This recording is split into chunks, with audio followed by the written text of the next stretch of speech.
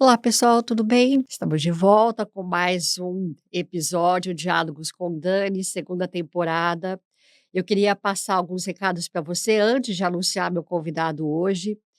Para você que está no Spotify, desejo, né, que você avalie esse episódio, de preferência com 5 estrelas, para que essa mensagem chegue a mais pessoas.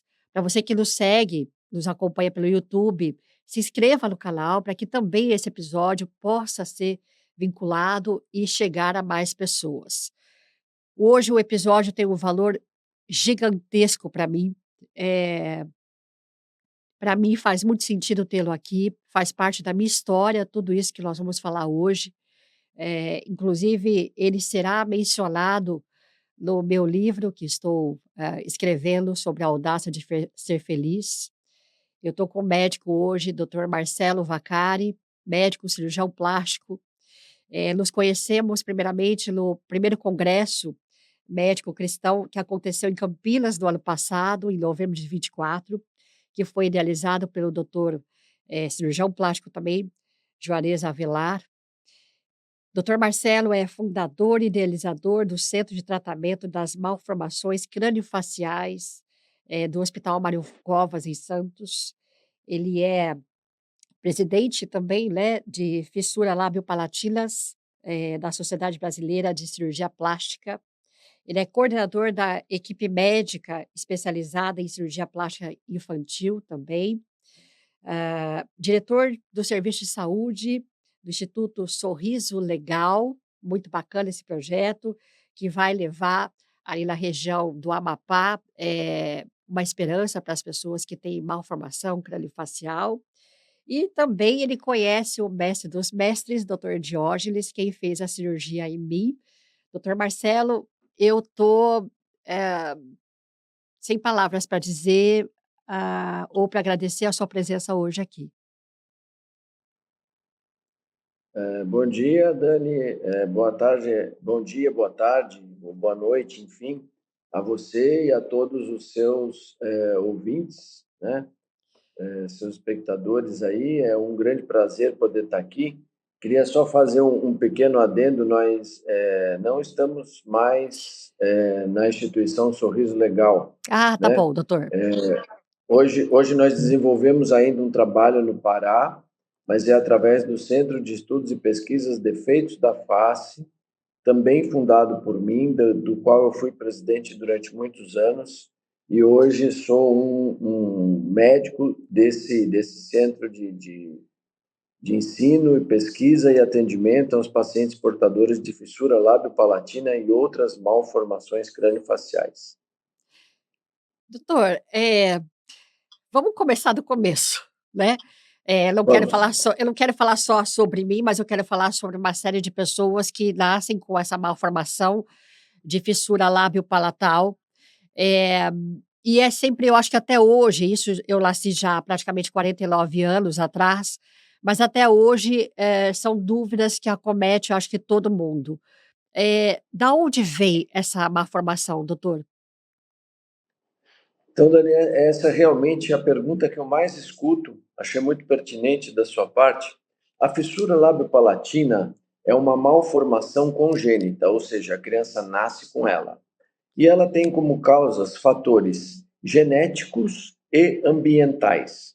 O que seriam fatores genéticos? São fatores da própria pessoa, do próprio gene, que estão lá em alguma parte do cromossomo daquela pessoa, né? Ou do pai, ou da mãe, ou dos dois, e que vai, então, ter uma possibilidade de apresentar uma fissura lábio-palatina. Para que essa possibilidade se torne real, normalmente é preciso ter um fator ambiental. Então, existe já um fator genético, e aí você vai ter um outro fator que vem do ambiente. O que pode ser esse fator ambiental? Pode ser uma poluição, pode ser o hábito de fumar, hábito de beber, uso de drogas, deficiência de vitaminas, por exemplo, o ácido fólico, deficiência de outras vitaminas, ou seja, uma alimentação ruim, né? Hábitos ruins como de fumar, de beber, todos esses fatores ambientais e até a própria poluição, eles podem, então, estimular aquele fator genético que já existia para que ele apareça. Nós chamamos de expressão, para que ele se expresse. Então, o fator genético, ele é expressado e aí aparece a fissura lábio-palatina, que pode ser só no lábio, normalmente quando atinge o lábio, o nariz também é acometido, ou só no palato, ou no lábio e no palato. Perfeito, doutor. Eu, na verdade, nasci somente com o palato, né, não nasci com o lábio nem o nariz ali, né, ah, findado, vamos chamar assim. Mas, doutor, é o seguinte, o que eu acho que a dúvida que acomete, hoje, obviamente, com o avanço da medicina, as gestantes conseguem saber, obviamente, durante o ultrassom morfológico, se a criança pode, desenvolver ou tem ou não essa malformação. Dependendo da posição, enfim, dá para se ver nos morfológicos de primeiro ou segundo trimestre. E eu me lembro, eu vou colocar aqui uma concepção, eu me lembro que quando eu engravidei a primeira vez, esse era o maior medo que eu tinha, de que meu filho pudesse ter.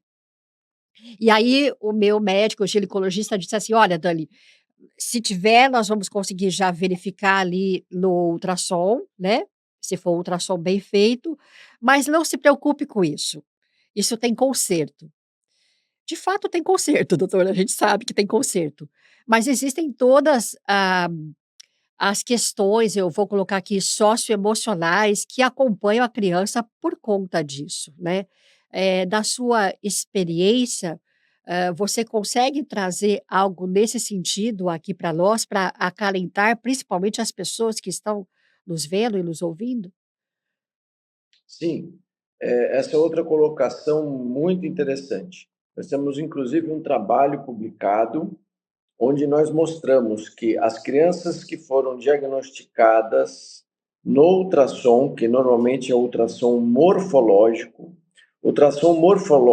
ele já permite o diagnóstico de fissura lábio-palatina a partir da 20ª semana de vida intrauterina. Então, hoje, com o nível de aparelhos, o nível de profissionais, é perfeitamente detectável antes que a criança nasça, que ela vai ter esse tipo de problema. E se for feito ainda mais próximo ao nascimento, se consegue detectar se é no lábio, no palato ou no lábio e no palato. Isso permite com que os pais possam ser encaminhados para os profissionais que vão realizar esse tratamento, para o cirurgião plástico que vai poder realizar esse tratamento. Nós, inclusive, estamos fazendo um trabalho pioneiro no Hospital do Sepaco. Lá eles têm um setor de medicina fetal que faz ultrassons morfológicos de muito boa qualidade e nos permitirá, então, receber esses pais antes do nascimento da criança. Com isso, quais são as vantagens? Aham. Primeira delas, nós conseguimos explicar para os pais, para o pai e para a mãe, que tipo de malformação vai ter o filho deles, através de exemplos com fotos. Tá. Só para vocês imaginarem, eu já tive uma mãe que imaginou que o filho ia nascer com uma carão, outra imaginou nascer coelho, outra imaginou quando na realidade não é isso, Aham. né? É apenas uma fenda. Então, o pai e a mãe, primeiro de tudo, eles vão saber como é que o filho vai nascer. Segundo, eles vão poder ouvir a forma que nós fazemos o tratamento. Então, eles vão entender a importância da cirurgia, a importância da odontologia, a importância da fonoaudiologia. Preferencialmente, nós gostamos de atender o casal, o pai e a mãe, porque existe necessidade de passar que esse é um problema dos dois e que os dois precisam estar juntos como parceiros para resolver esse problema, independente se eles estão casados ou não, ou seja, se é o casal estar junto ou separado, o filho cuida dos dois. Então, os dois têm responsabilidade nesse tratamento. Tudo isso é passado antes que a criança nasça. Isso reverte numa mãe mais tranquila, numa gestação mais tranquila do ponto de vista psicológico, emocional, e uma conscientização que vai fazer com que o pai e a mãe se organizem para que essa criança Não falte nas consultas, não deixe de vir. Segundo ponto, na hora do nascimento da criança, na sala de parto, o que nós podemos fazer? Nós podemos estar presentes ainda e coletar as células-tronco do cordão umbilical. Essa coleta de células-tronco, ela pode ser aprovada depois nas cirurgias. Então, ela pode ser coletada, pode ser congelada e ela fica congelada aguardando o momento da cirurgia. O primeiro trabalho clínico sobre o uso de células-tronco para crianças com fissuras lábio-palatinas foi feito pelo nosso grupo, foi feito por mim. Esse trabalho ele foi um segmento de 10 anos, então nós tratamos crianças assim, coletamos as células-tronco ao nascimento, injetamos e depois de 10 anos nós vamos estar avaliando.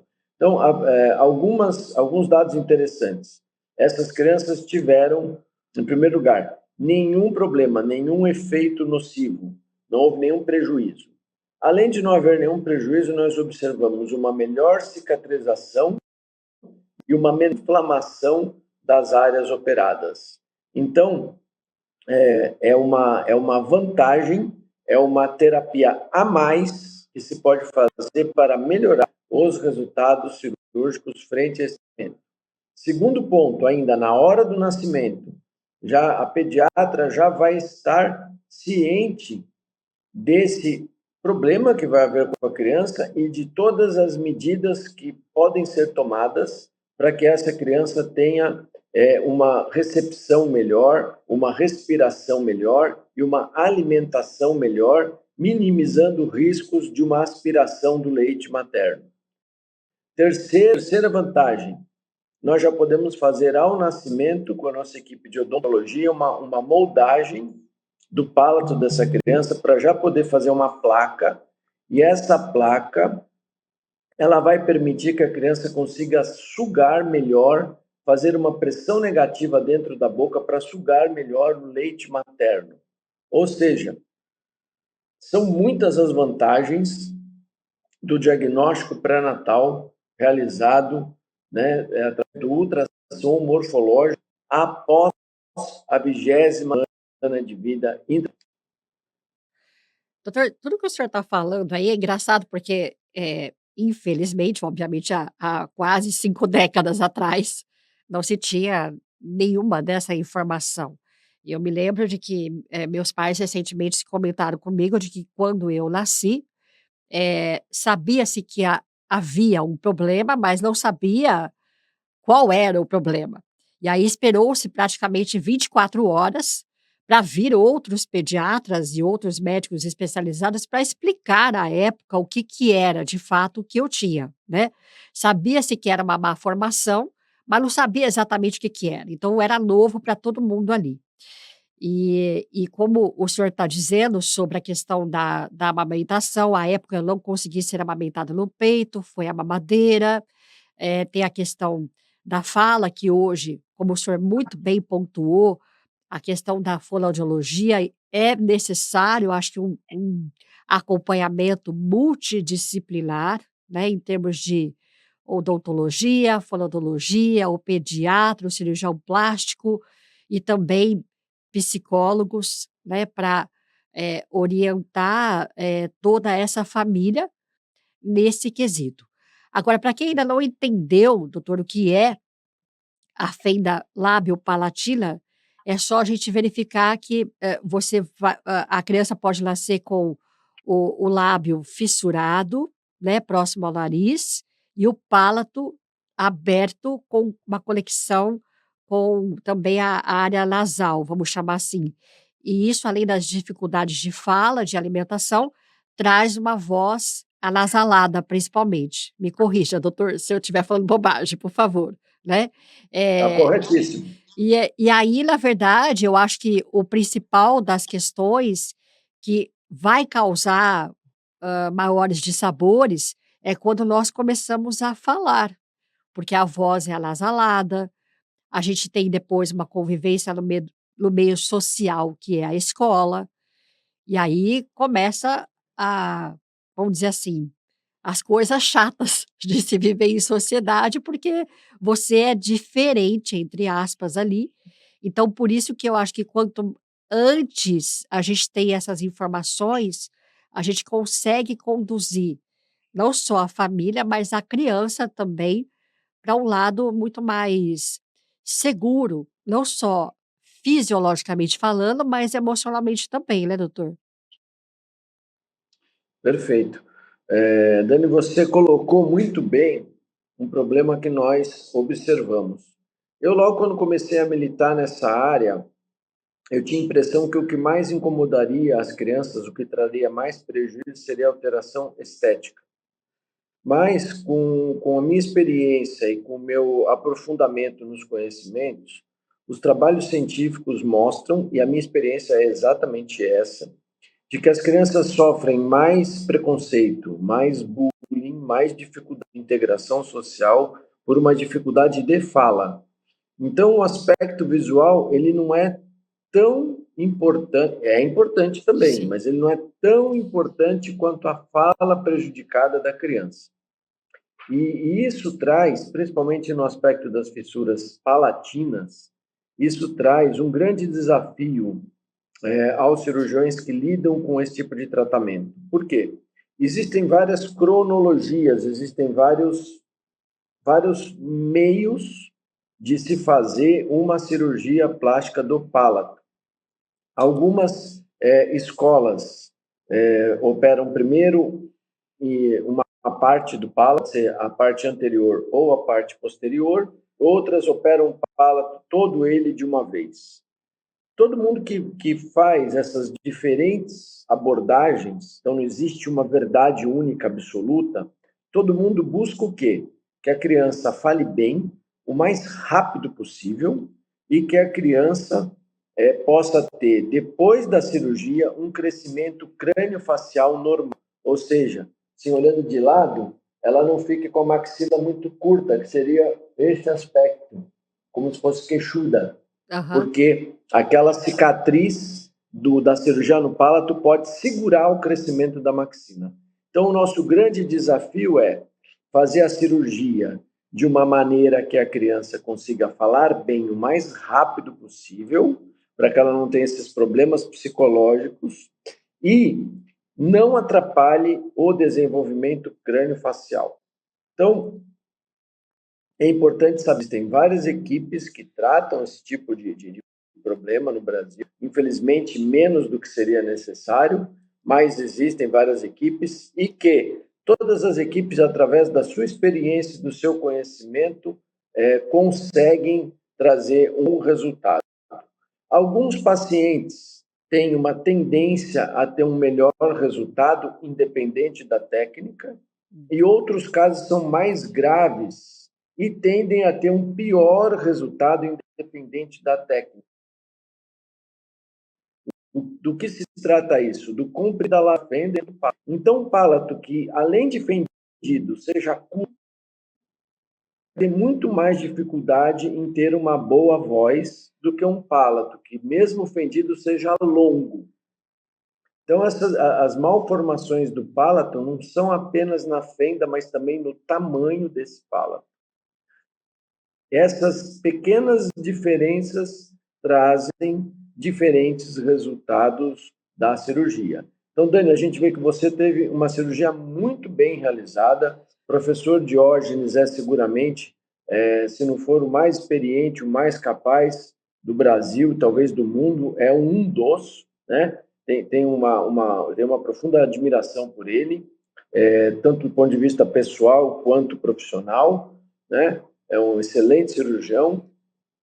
E, de uma maneira geral, Dani, os cirurgiões que se dedicam a fazer tratamento de crianças com fissura lábio-palatina são pessoas muito especiais, porque esse é um problema grave, exige muito do cirurgião e, geralmente, a remuneração profissional para esse tipo de tratamento ela é ínfima, ela é pequena, comparado a outras cirurgias plásticas. Então, o cirurgião plástico que se dedica a fazer isso é realmente uma pessoa especial e que está preocupada com o bem do próximo ser humano.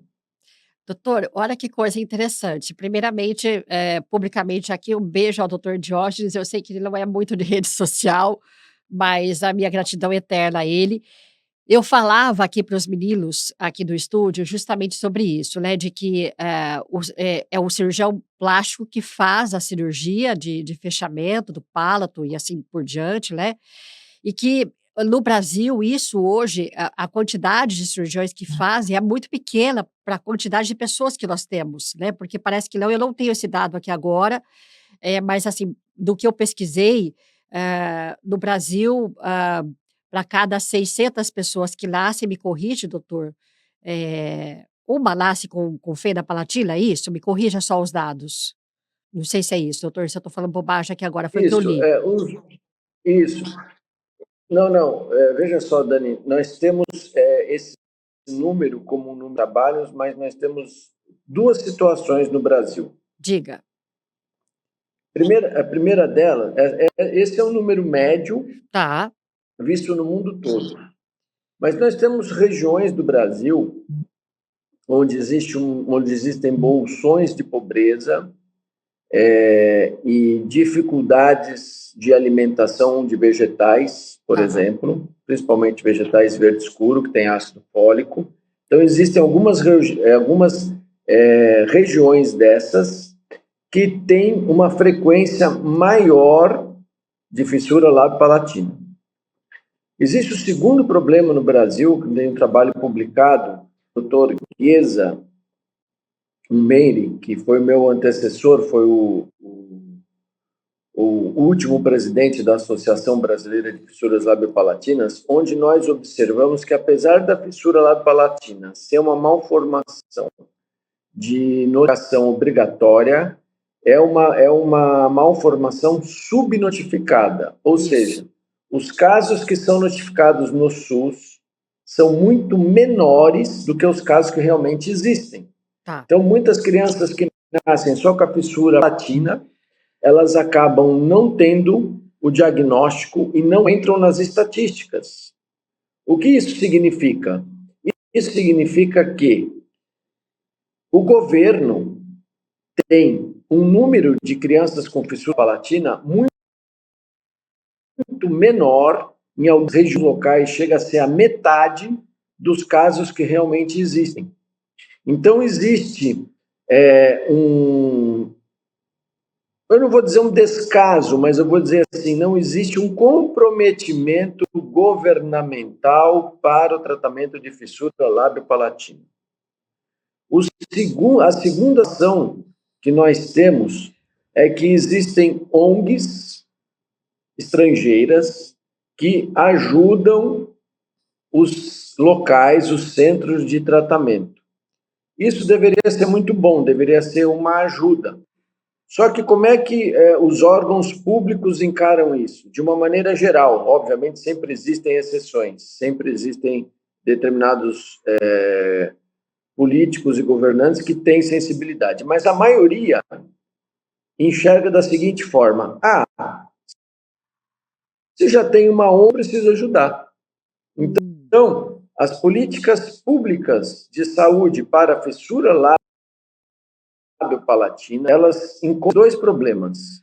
A subnotificação, ou seja, o problema, especialmente no papel, é muito menor do que ele realmente é. ONGs, e essas ONGs vivem de vivos, então elas fazem um marketing muito forte, que estão ajudando a fazer, e na verdade, essa ajuda, eu diria, ela é inferior àquilo que seria necessário, é uma ajuda, deixo aqui público o meu agradecimento a todas elas que se preocupam em ajudar, mas a realidade é que essa ajuda, infelizmente, acaba, de uma certa maneira, deixando os poderes públicos acomodados em relação ao problema. Então, a gente acaba não tendo toda a infraestrutura e toda a dedicação que deveria ter para esse problema por uma falta, primeiro, de notificação adequada. Então, o problema ele é minimizado, além dele ser minimizado, existem outras ONGs que, na sua boa intenção de falsa impressão aos poderes, porque ele não precisa fazer, já está sendo resolvido, quando na verdade não está sendo.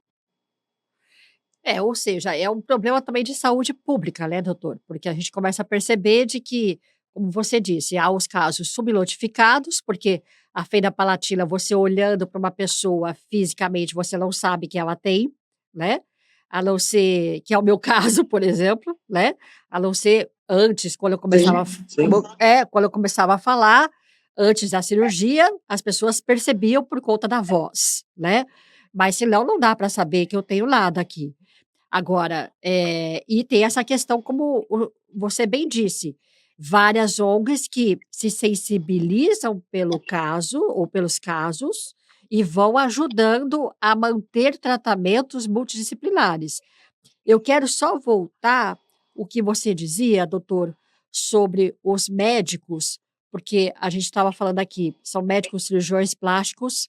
Você disse sobre a remuneração, e eu sei que é exatamente isso, né? Que ela é muito ínfima.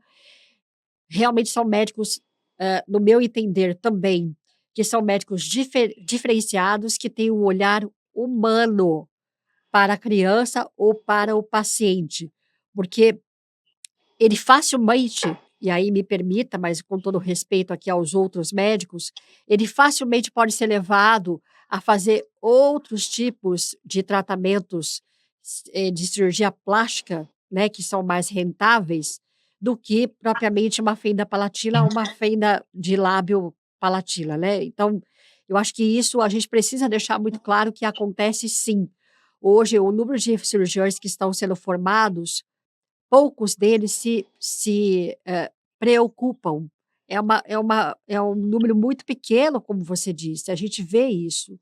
A quantidade de cirurgiões plásticos, hoje, dedicados ali à estética, não que ela não seja importante, não estou dizendo isso, mas vendo só o viés, hã, monetário e não a preocupação em realmente resolver esse problema de ordem fisiológica e socioemocional, porque ele acontece, né. Eu sou uma pessoa que vivenciei isso e eu sei exatamente como é difícil a gente, chegar nesse patamar onde tudo está resolvido, não é tão simples assim. E ainda mais se você não tem, condições, em termos financeiros mesmo, de fazer um bom tratamento, como é o que você está dizendo aí. Eu felizmente eu tive. Mas não é todo mundo que teve a mesma felicidade ou a mesma, oportunidade que eu. Então por isso que, eu acredito que levantar, dar luz a esse assunto, eh, eu me sinto na obrigação de fazer isso. Acho que é isso, doutor. Acho que eu me sinto na obrigação de fazer isso, de que a gente precisa olhar. Existem, obviamente, outras síndromes, outras malformações em crianças que são igualmente importantes, mas sobre a minha ótica, a fissura lábio-palatina, ela fica em segundo plano, não é? Exatamente. Ô, Dani, as fissuras labiopalatinas, de uma maneira geral, né, em comparação com outras malformações, elas trazem a seguinte situação. A criança portadora de fissura lábio-palatina, ela é uma criança, em 90% dos casos, normal do ponto de vista intelectual. Ela não tem Isso, nenhum problema, nenhum outro tipo de atraso. isso, Então, ela é um ser humano altamente produtivo para a sociedade. exato. E a fissura lábio-palatina, que tem um tratamento relativamente simples do ponto de vista de outras malformações, e o que o torna relativamente também barato para o Sistema Único de Saúde, e transforma aquela criança que poderia ser uma criança que não iria para a escola, que não se desenvolveria, que não teria uma interação psicossocial, que não poderia depois retribuir para a sociedade, essa criança sem tratamento, ela fica excluída. Exato. E essa criança com tratamento relativamente barato pode ser um ser humano extremamente produtivo, veja o seu exemplo, né, para a sociedade. Então, é o tipo, digamos assim, é o tipo do bom negócio para o gestor de saúde. Eu não vou gastar muito e eu vou recuperar um paciente, vou recuperar um ser humano que vai contribuir muito com a nossa sociedade. Então, além de se pensar também em campanhas preventivas, como, por exemplo, distribuição de ácido fólico para locais onde o nascimento, a epidemiologia mostra que a frequência de nascimentos é maior do que esse 1 para 600 nascimentos, tem lugar a ser 1 para cada 50 nascimentos. Então, um local desse, onde se poderia aplicar a distribuição gratuita de ácido fólico, com certeza nós teríamos uma diminuição do número de casos. Campanhas de orientação contra o álcool, contra o fumo, fora as que já existem, né? Para estimular que as meninas já em idade reprodutiva tenham então né? Certeza também seriam muito mais baratas e trariam um efeito muito mais benéfico para as pessoas. A gente é que através desse seu meio de comunicação e outros meios, existe uma conscientização que esse é um problema que existe, é um problema que tem tratamento. Hoje em dia, as crianças, tanto do ponto de vista funcional quanto do ponto de vista estético, acabam apresentando excelentes resultados. O cirurgião plástico, quando a criança faz essa cirurgia com um cirurgião plástico, vai ter também as noções não só funcionais da parte de alimentação, de fala e de respiração, mas também as noções estéticas. Toda criança com uma fissura labial vai ter alguma alteração no nariz, e o cirurgião plástico é o profissional que tem mais condições de operar o nariz. Para fechamento do palato, são necessários o uso de técnicas cirúrgicas de cirurgia plástica, como rotação de retalhos e eventualmente enxertos. Então, tudo isso é muito mais bem realizado pelo cirurgião plástico. E como eu disse, os profissionais que militam nessa área não como sonho de vida ficarem milionários. O sonho dos cirurgiões plásticos que trabalham nessa área é poder ter os seus pacientes reabilitados da melhor forma possível. Esse é o grande sonho do cirurgião plástico que faz fissura palatina, é ver o paciente dele bem. Ele não se importa, né, se ele não vai andar de carro importado, enfim, a qualidade de vida dele é uma qualidade geralmente mais modesta. São pessoas que a gente vê que têm um perfil humanitário muito aguçado. Então, a pior coisa que você pode fazer é não permitir que esse cirurgião consiga realizar o trabalho dele. É não permitir que ele tenha condições de realizar o trabalho dele. Isso é que mata um cirurgião plástico que faz fissura palatina. Não conseguir dar o melhor atendimento ao seu paciente. Doutor, tudo isso que você está falando, eu me lembro, nós nos encontramos em novembro do ano passado, de 24, e eu fui te abordar porque sabia que você faria uma apresentação sobre isso, né? E você me recebeu com uma alegria tão grande que eu até hoje me entusiasmo com a sua alegria pela qual você me recebeu. Principalmente quando eu falei, sobre o Dr. Diógenes, você falou, ou conheço, né, enfim. E e realmente tudo isso que você está falando em termos de, dessa humanidade, é o que eu sinto, porque todas as pessoas que eu conheci na minha vida que trabalharam em prol, né, da minha melhora, da minha resolução, ou depois que eu encontrei, são pessoas com esse perfil que você está falando. Pessoas que têm essa humanidade, que querem realmente solucionar os problemas. E e isso a gente sente, eu sinto, muito, assim, quando você diz, e eu sei que é verdade por toda a sua apresentação que você fez naquele congresso. Para a gente, poder ir caminhando para o final, doutor, até por conta de respeitar o seu tempo também, hã, me diga 2 coisas. Doutor Juarez, à época, naquele seminário, disse assim, que o sonho de vocês, enquanto cirurgião plástico, era poder fazer uma cirurgia, né, de fechamento de palato ainda dentro, da barriga da mãe, né, ainda na gestação, que isso é um sonho que no que depender de vocês, né, e eu te incluo nisso, é o que vocês estão pretendendo em termos de medicina, tecnologia e assim por diante. Isso realmente seria um sonho, eh, que no futuro deve ser muito bem, eh, vai dar certo isso, né, isso que eu quero dizer. E a outra coisa, doutor, queria que você falasse sobre isso, e aí, já deixando a fala inteira com você, qual é a sua orientação, recomendação, para os pais ou para as crianças que, de repente, estão com esse problema agora, estão passando por isso, qual seria a sua recomendação? E aí eu deixo a fala toda com você a partir de agora. Tá, joia. Bom, esse tratamento intraútero da fissura lábio-palatina e de outras malformações, ele já foi idealizado, não é uma ideia nossa, já há várias décadas, né? Já foi realizado nos Estados Unidos, já foi realizado no México, e um dos problemas que se vê no tipo, especificamente na fissura lábio-palatina, é de você estar fazendo uma cirurgia dessa e depois a mãe perder o neném, a mãe abortar. Tá. Então, não é o tipo de problema que vai impedir a criança de ter um excelente tratamento pós-gestacional.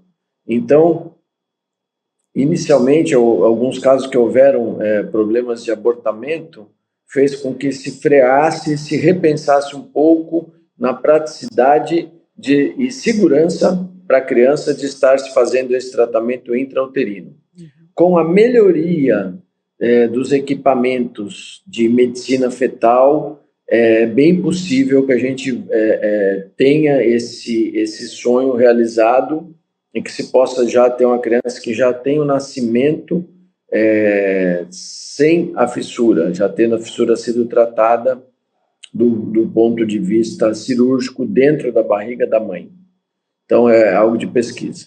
Outra coisa muito importante é a utilização de células-tronco para essas crianças, que pode ser coletada até eventualmente antes da criança nascer, né, do cordão umbilical. Então, são situações que estão em pesquisa, né, e que provavelmente teremos aí bons frutos, bons resultados a estar mostrando aí nos anos vindouros, né? Eu tenho aqui em São Paulo, se alguém precisar da gente, posso passar o nosso contato, Claro, doutor, por Dani? favor, É, fique à é vontade. isso, é o Centro de Estudos e Pesquisas Defeitos da Face, que fica no Planalto Paulista, em São Paulo, na Avenida Ceci, número 475. E os nossos telefones para contato são 5056-1224 ou 98441-5557. O atendimento é gratuito. Se o paciente tiver um plano de saúde, nós operamos em todos os hospitais, né? E utilizamos esse plano de saúde para fazer no hospital que a criança faz. Se a criança, se for criança até 18 anos, a cirurgia poderá ser realizada no Hospital Infantil Darcy Vargas, que é do SUS, Sim. né? E pacientes maiores de idade, aí realmente nós ainda estamos nos organizando para oferecer também um tratamento totalmente gratuito para esses pacientes. Temos aqui, então, toda a parte de odontologia e fonoaudiologia. Esse é o tripé do tratamento das crianças com fissura lábio-palatina. Apesar de que o apoio psicológico, o apoio de enfermagem e todos os outros apoios também são muito importantes. Mas o grande tripé é a odontologia, fonoaudiologia em conjunto com a cirurgia plástica. Doutor, Então, depois me passe, só te cortando, me passe depois, fora do ar, os contatos, que na hora que a gente for divulgar o episódio, a gente vai colocar por escrito também, tá? Por favor. Obrigado, muito É isso. obrigado, viu, Dani? Então nós continuamos. Eu agora tenho 3 anos à frente da presidência da Associação Brasileira de Fissura Lábio-Palatina e Anomalias Craniofaciais, e entre as várias frentes de trabalho, uma delas é dar sequência já a todo o trabalho já realizado antes de mim, pelos meus antecessores, frente a uma sensibilização, né, dos órgãos governamentais para esse problema. É uma luta difícil, né? Os políticos não têm aquela sensibilidade de uma maneira geral. A gente encontra eco em alguns que eu diria são exceções dentro de um sistema público de saúde que apresenta muitas dificuldades, né? Tanto a nível estrutural quanto a nível de funcionamento, mas continuaremos tentando levar esse problema, tentando mostrar que ele é menor, né, do ponto de vista documentado do que ele existe realmente na prática, e dar apoio a todos os profissionais que trabalham nessa área para que eles possam ter na nossa associação um órgão representativo que busca dar melhores condições a todos eles para a realização desse trabalho que é, para todos nós, né, um objetivo de vida. Agradecer a você, Dani, que foi uma pessoa que teve fissura palatina, e você é um exemplo de como um paciente com fissura lábio-palatina pode ser uma excelente pessoa na contribuição com a sua sociedade. Muito obrigado. Ai, doutor, muito obrigada. Eu que agradeço, assim, feliz de mim que pude lhe encontrar, feliz de mim que tive na minha vida doutor Diógenes. Muito obrigada. Nós vamos. Eu estou também, queria te dizer aqui publicamente, estou à sua disposição do que você precisar de mim, para que a gente possa levar essa mensagem ou que eu possa contribuir de alguma forma para as pessoas entenderem de que sim, há solução e que a vida não está perdida, pelo contrário, né? Eu acho que tudo é possível. A gente precisa entender que é um caminho longo, mas é um caminho que ele é plenamente fácil, no sentido de que quando a gente entende de que vai dar certo no final. Eu acho que é isso. No final vai dar certo. Então, agradeço imensamente pessoas como você que se debruçam nessa causa, que está à frente agora da associação, né, de Fenda Palatina, enfim, levando essa bandeira, explicando, levando informação, principalmente informação, que eu acho que quando a gente tem informação, tudo muda à nossa volta. Então, esse foi o intuito de te trazer aqui, para que as pessoas pudessem entender e saber melhor. Muito, muito, muito obrigada. Desejo a você vida longa, saúde e que você Amém. continue com esse brilho e esse carinho tão gostoso que você deu para mim, que você continue repercutindo isso, doutor. Muitíssimo obrigada. Sou eu que agradeço a oportunidade e todo o seu carinho também, a recíproca é verdadeira. E uma última lembrança. Diga, doutor. O tratamento da fissura lábio-palatina, o ideal é ser feito, começar até antes do nascimento.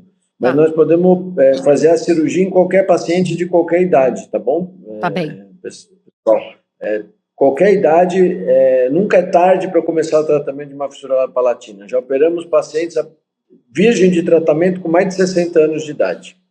Exatamente. Nunca é tarde, doutor. Nunca é tarde. E nós estamos aqui à disposição. Tá bem. Doutor, um beijo grande, viu? Obrigada. Fiquem todos com Deus, com a bênção de Nossa Senhora de Fátima. Amém. Tchau, Amém. gente. Um beijo para vocês. Até a próxima.